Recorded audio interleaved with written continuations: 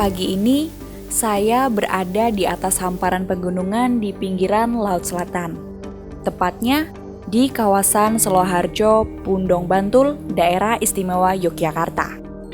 Sejauh mata memandang, kita akan menemukan gua-gua peninggalan sejarah, yaitu Gua Jepang yang berada di puncak, sisi-sisi tebing, dan lembah perbukitan, bahkan juga di hamparan pantai nan jauh di sana. Saya akan menelusuri jalan yang menghubungkan antara gua satu dengan gua lainnya melalui jalan berbatu di antara semak rerumputan.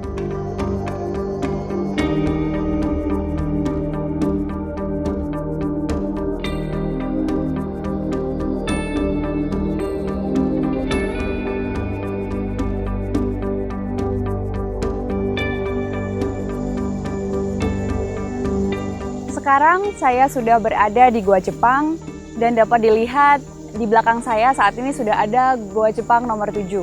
Memang Gua Jepang nomor 7 ini kontur daratannya lebih tinggi daripada gua-gua Jepang yang lain. Dan kemudian Gua Jepang sendiri merupakan peninggalan sejarah dari masa penjajahan Jepang di Indonesia selama 3,5 tahun. Dan penjajahan Jepang di Indonesia ini menjadi bukti dari perluasan wilayah Jepang dengan pendekatan militerisme.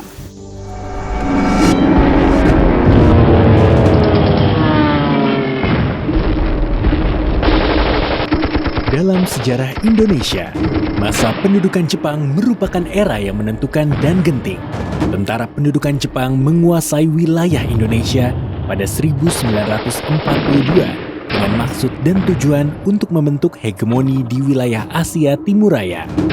Tentara pendudukan Jepang mengalahkan Belanda dan menguasai Indonesia diawali dengan mendarat di Tarakan pada 10 Januari 1942. Selanjutnya tentara Jepang menduduki wilayah Pontianak, Martapura, dan Palembang. Di wilayah Pulau Jawa, Jepang pertama kali mendarat di Eretan pada 1 Maret 1942, kemudian memasuki wilayah Yogyakarta pada 5 Maret 1942. Dalam melaksanakan strategi penjajahannya, Jepang membagi wilayah Indonesia menjadi 3 bagian, yaitu 1. Sumatera, di bawah otoritas kekuasaan Angkatan Darat ke-25. 2. Jawa dan Madura, di bawah otoritas Angkatan Darat ke-16. 3. Kalimantan dan Indonesia Timur, di bawah otoritas Angkatan Laut.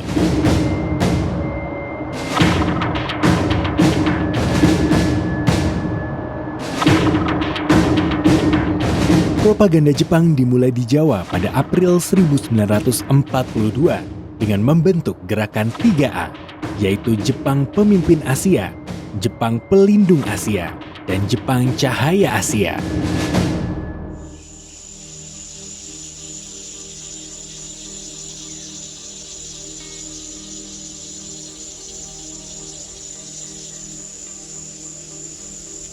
Dalam usahanya, Jepang melakukan mobilisasi kepada rakyat Indonesia dengan membentuk organisasi semi-militer seperti PETA, Pembela Tanah Air, Heiho Pasukan Bantuan, dan juga Gyugun. Dan untuk memperlancar misi-misinya, Jepang membentuk Romusa, yaitu serdadu pekerja yang dipekerjakan secara paksa sebagai buruh kasar.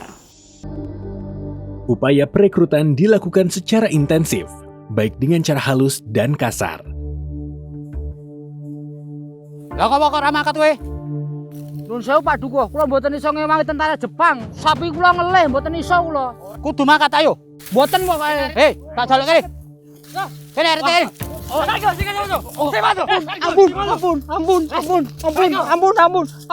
Ampun. Keluarga Jawa diwajibkan menyerahkan seorang anak lelakinya di bawah usia 30 tahun untuk diberangkatkan menjadi Romusha. Kaum Romusha yang berusia produktif dimobilisasi dan dikirim ke proyek-proyek tentara Jepang di Jawa dan pulau-pulau lain, bahkan sampai ke Singapura, Thailand, dan Burma. Kebijakan pengarahan Romusa pada saat itu berubah menjadi eksploitasi ekonomi pada tahun 1943. Namun, Romusa tidak hanya dibutuhkan sebagai eksploitasi ekonomi, tetapi juga dibutuhkan untuk proyek pekerjaan kebutuhan perang. Sehingga cerita kesengsaraan, kerja berat, wabah penyakit, kurangnya pangan, dan penderitaan fisik dan psikis harus mereka alami pada saat itu.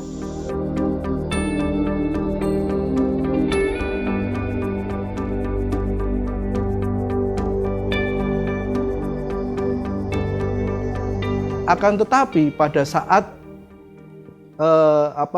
Romusa tadi yang mendaftar, terutama sekali untuk daerah istimewa Yogyakarta yang banyak itu adalah daerah Gunung Kidul, ya, itu banyak sekali yang mendaftar. Pada saat mereka sudah diberangkatkan baik ke wilayah Indonesia lain, baik ke wilayah luar negeri, rupanya cerita-cerita yang muncul adalah cerita-cerita yang tidak baik, ya. Romusa yang sakit-sakit, dipaksa bekerja dan lain. Lambat laun kemudian orang tidak mau lagi atau tidak percaya lagi bahwa Romusa ini akan membawa kesejahteraan bagi mereka. Oleh karena itu untuk mengantisipasi hal ini, maka kemudian pada tahun 1943 Jepang membentuk sebuah badan Romu Kyokai, yaitu badan Jepang yang mengurusi masalah buruh. Badan Jepang yang mengurusi masalah buruh inilah yang kemudian berkoordinasi dengan pejabat-pejabat lokal seperti Kencho itu bupati, Guncho Wedono, ya, kemudian Kucho itu adalah lurah, kepala desa. Mereka bekerja sama untuk merekrut Romusa. Kalau pada awalnya itu adalah ada kerelaan mendaftar, tapi pada saat mulai tahun 1943 ada semacam pemaksaan. Rekrutmen Romusha dilakukan secara terorganisir di bawah koordinasi pemerintahan militer Angkatan Darat ke-16. Sebagai pelaksana perekrutan dan pengiriman Romusha secara langsung, yaitu Biro Tenaga Kerja atau Romu Kyokai. Biro ini berkewajiban menentukan jatah kuota Romusha yang harus disediakan oleh karisidenan-karisidenan di Jawa dan mengontrol penempatannya ke daerah tujuan. Kepala desa atau kunco menjadi ujung tombak perekrutan Romusha. Setiap desa harus menyediakan Romusha rata-rata 20-25 orang per minggu. Di Jawa, perekrutan dilakukan dengan berbagai propaganda ke desa-desa untuk memberikan pengertian, pencerahan, dan bahkan melakukan penipuan agar bergabung dalam kerja Romusha. Perekrutan juga bertujuan membentuk sebuah organisasi, yaitu Seinendan, organisasi kepemudaan semi-militer berusia 14 sampai dengan 25 tahun. Keibodan, organisasi pembantu polisi, kebakaran dan serangan udara. Fujinkai, atau organisasi wanita.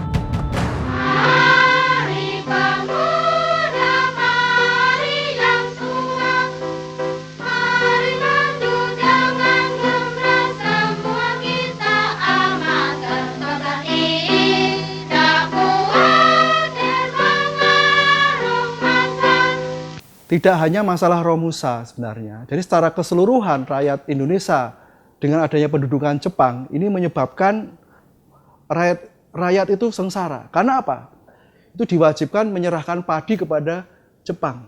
Bahkan tidak hanya padi, di daerah Gunung Kidul yang gaplek atau apa itu juga wajib diserahkan. Nah, otomatis pada waktu itu sumber makanan pokok rakyat Indonesia, sumber makanan pokok orang-orang Jogja itu menjadi berkurang. Maka terjadi kelaparan. Dan kehidupan Romusa sendiri itu sangat menyedihkan. Jadi mereka makan seadanya dan mereka tidak digaji. Dengan mereka tidak digaji, otomatis kehidupan masyarakat itu menjadi tidak tercukupi.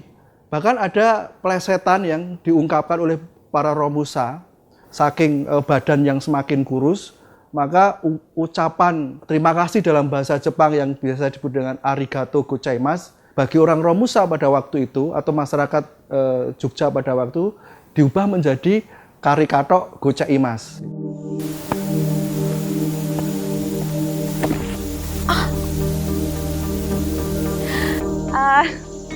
Jadi jalannya ternyata cukup terjal dan berbatu ya. Jadi buat Anda pengunjung mungkin yang mau datang ke sini harap lebih berhati-hati dan berwaspada.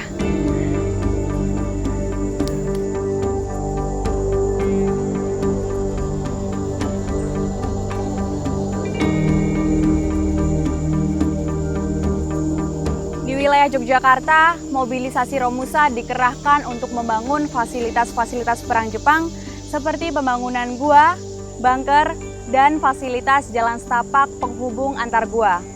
Kemudian ketika Jepang sampai di wilayah Yogyakarta, mereka banyak membangun daerah-daerah pertahanan seperti di lereng Gunung Merapi, di pesisir pantai, dan di daerah strategis lainnya.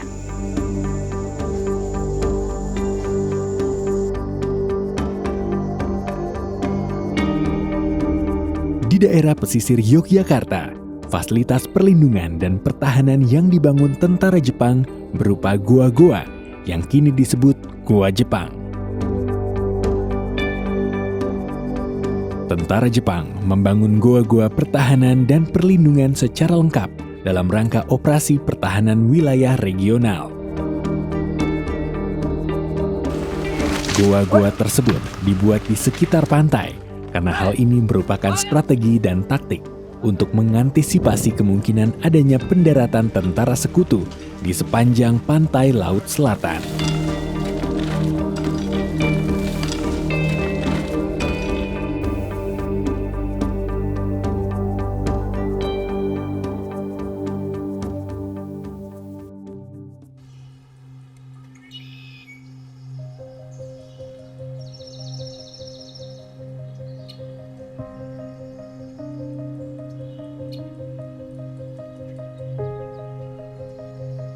Kula tahun 43 kerja melu Jepang, nderek Jepang.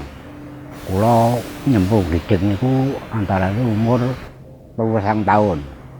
Kanca kula ya namung wong mriki mau daerah iki. Rada Bundung sak kiwa tengene. Jumlah antarane ya 300-an. Nggih, 300 tahun wong. Kan kerja niku digawe kali Pak Dukuh Poyan niku waune. Wonten apa Pak Dukuh? Kowe kon ngrewangi tentara Jepang gawe guwa nang gunung kono. Kula gadah usul Pak Dukuh. Oh bilih wedal menika kula mboten saged mlampah mergi wonten kepentingan dos pundi. Hei, ora kena bantah. Tentara Jepang kejem-kejem. Derek. Lho kula kan ngusung gesik saking Kretek Glondong nika. Gawane namung disuguhi ngeten niku nggih trene cilik nika. Anggone kebak bangus ning agung Jepang ngoten niku. Mlakune niku mboten kena lancang-lancangan. Irit terus mawon. Kula dugiri iki antarane ya wong dina nang ping 3. Kula yaketen niku sepindah. Lah kula ngusung sepindah kenten ya semit niku terus wangsul malih teng Kretek ngecapke gawan niku wau. Ngecapke cilik kok. Terus bali malih dugiri iki jam 4. Terus bubar antri riyen antri itu sing nganggo tenggok kula malah kula ninggone lah kula nggawa tok separas ngoten niku dagep bangus oleh Jepang iki ning basane kula ngebruke krakal teng mriku niku donge dudak kula burongan lah kula diseneni nggih Ngrasane luput kula ya meneng mawon dasare wong menang kaya kula disenani. Sing nyenani kula niku jenenge Tuan Oye Jepang mriki niki. Tuan Oye. Bayare niku 24 sen. Ning dipotong mandor sak sen dadi setali ning dadi 24 sen dipotong mandor. Ansuk kula barang niku motong biyen ning potongane karo ansuk kula. Tukange saking Wonosari. Dari ya antaranya jam 12-an niku seren. Iku ya semit karo Jepang. Niku nek sing kaya kula sing do glijur-glijur iku namung sanggon-nggon le mangan niku. Ning sangu ki ambak. Mboten dijamin kalih Jepang mboten. Pas mam niku terus diajar baris. Ini samsi goruk si zat niku kalih jungkrik-jungkrik ngoten niku. Iku Jepange niku. Kene sih hewe namung ngiringke teng mburi kula niku ngiringke mawon. Kalih ngawasi wong yang. Bar niku malah kula dijak gelut. Didu kalih wong Wonosari niku. Ini nggih nang bocah-bocah niku. Gerute niku apik nak riyen. Awak disaut plencing pun kalah. Monggo nek Gus Soro iso males kalah riko niki lha kula mboten iso males yo. Kalah cepet le gopong ngoten. Kula kalah tadi.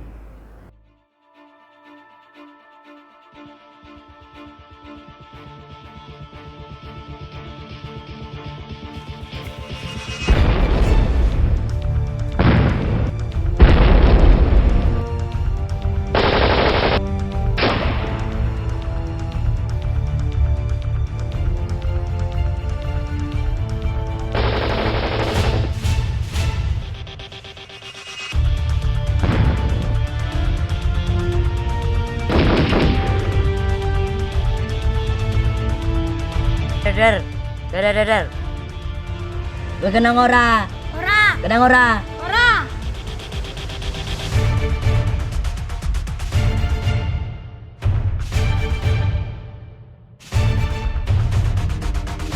Dek, ngapain? Lagi ngapain?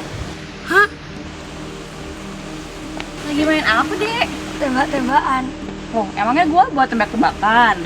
Gak tahu. Ya udah, mending sekarang kita aja yuk ketemu sama Pak Eko biar tahu sejarah dari tempat ini. Yuk. Boleh nggak Kak aku ngajak temanku? Boleh, lebih ramai kan lebih seru. Aku pakai lambe dulu ya. Iya ya, oke. Ayo.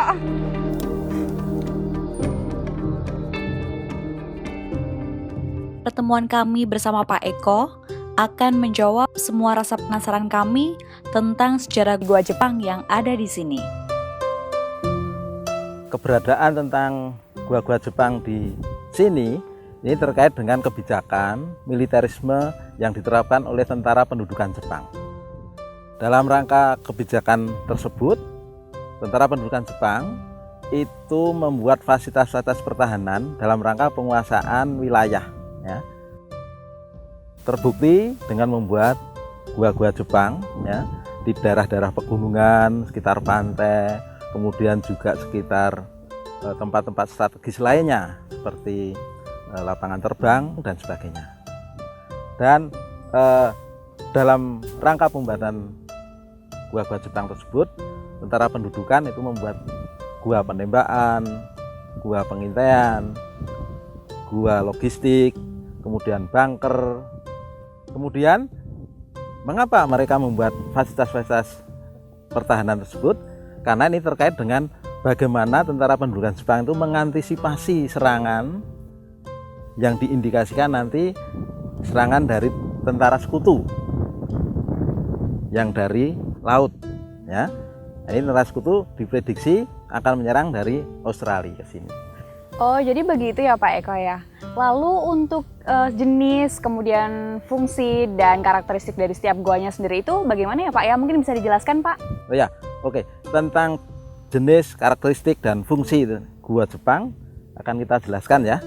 Di sini kita tahu bahwa di tebing-tebing ini ada gua Jepang yang fungsinya untuk penembakan ya. Ciri khas penembakan adalah di dinding tebing ini ada fasilitas untuk dudukan laras senapan ya. Kemudian di dalam juga ada dudukan penyangganya untuk senapan itu. Kemudian ini beda dengan fungsi yang terkait gua untuk bunker. Nah, di sana tidak ada fasilitas penembakannya. Kemudian berbeda lagi dengan untuk pengintaian. Di gua pengintaian itu ada struktur di atas tanah yang ke atas ini untuk memantau lingkungan, ya, baik lembah-lembah maupun untuk lautan. Ya. Kemudian juga ada lagi gua untuk logistik. Di situ ada fasilitas untuk menana, ada tungku-tungku, cerobong asap dan sebagainya. Kemudian untuk selanjutnya terkait dengan fungsi ini, mari akan saya jelaskan di gua pengintaian. Oh, jadi seperti ini ya Pak bentuk gua pengintaian. Mungkin Bapak bisa lebih jelaskan lebih detail gitu mengenai gua pengintaian ini? Oh ya betul, ini adalah gua pengintaian. Untuk jelasnya, ayo saya jelaskan sambil duduk dulu. Ya. Ayo dek, sini dek. Ini adalah gua untuk pengintaian. Nah, jadi dilihat dari bentuknya kan berbeda. Ya. Jadi kalau tadi lubang itu ada di dinding tebing, ya, menghadap ke arah barat. Ini lubang ada di keempat sisi dan perbedaannya ini ada struktur yang muncul di atas tanah, ya. Ya, jumlah gua pengintaian ini ada 3, ya, ada 3. Kemudian jumlah gua penembakan itu ada 6. Kemudian penembakan dengan meriam ada 1. Kemudian bunker ada 9. Dan gua untuk kepentingan logistik, dapur dan sebagainya itu ada 1. Sehingga total jumlah keseluruhan gua ada 20 buah. Dan dari 20 buah gua tersebut, ya, ada saling keterkaitan fungsi, membentuk satu konfigurasi fungsi yang saling terkait. Artinya bahwa satu gua dengan gua lainnya itu saling mendukung. Lalu hubungannya dari Jalan Setapak dengan gua-gua itu apa ya Pak ya? Keterkaitan antara gua untuk bunker dan gua penembakan ini dihubungkan dengan jalan-jalan setapak yang dahulu sebenarnya jalan-jalan tersebut tertutup, ya, tertutup oleh bambu atau kayu dan ditutup dengan ijuk sehingga tidak kelihatan. Dan ini menjadi bagian dari semacam kamuflase. Kemudian teknologi pembuatan dari gua-gua ini sebenarnya bagaimana ya Pak ya? Mungkin bisa dijelaskan? Gua-gua ini dibangun di atas perbukitan yang berbatu. Tentu ini teknologi pembuatannya itu dengan proses membedah batu-batu baik itu secara manual maupun dahulu dengan meledakkan bebatuan ini dengan dinamitnya.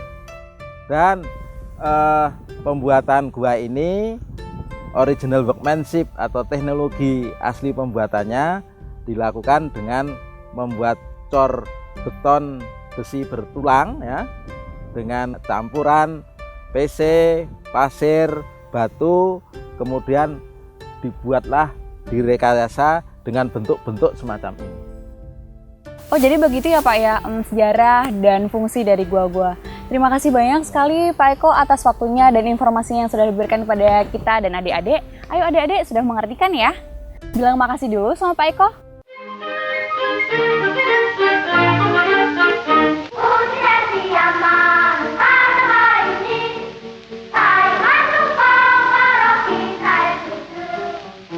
Berbagai untaian catatan dan pengalaman kolektif masa lalu dapat kita kenang dan pelajari.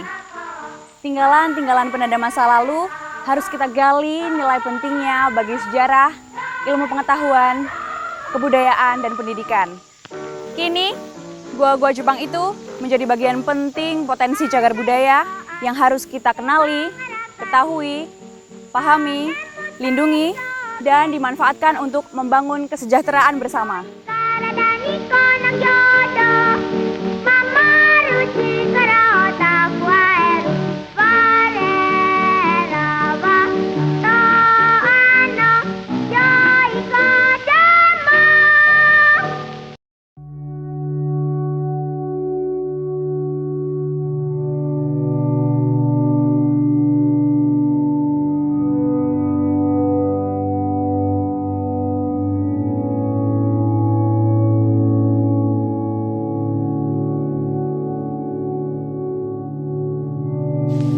now invite the representatives of the Emperor of Japan and the Japanese government and the Japanese Imperial General Headquarters to sign the instrument of surrender at the places indicated.